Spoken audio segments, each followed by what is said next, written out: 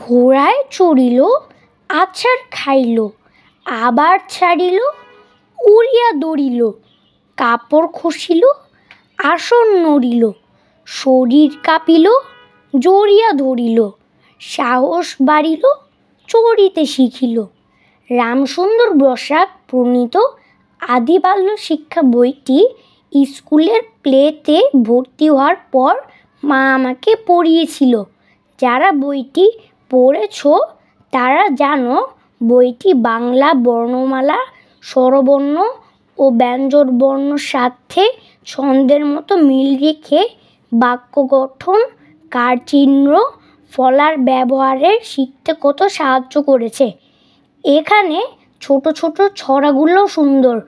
ইন্দ্রিয় সম্পর্কে, ধাতুর নাম, ঋতুর নাম, বাদ্যযন্ত্রের নাম, দিকের নাম সহ অনেক কিছু এই বই থেকেই শেখা। কিছু শিক্ষামূলক গল্পও আছে, যেমন কাক ও জলের কলস, মা ও ছেলে, পড়ার সময় গোল করিও না। বইটি বাংলা বানান, বাক্য গঠন শেখার জন্য খুব উপকারী।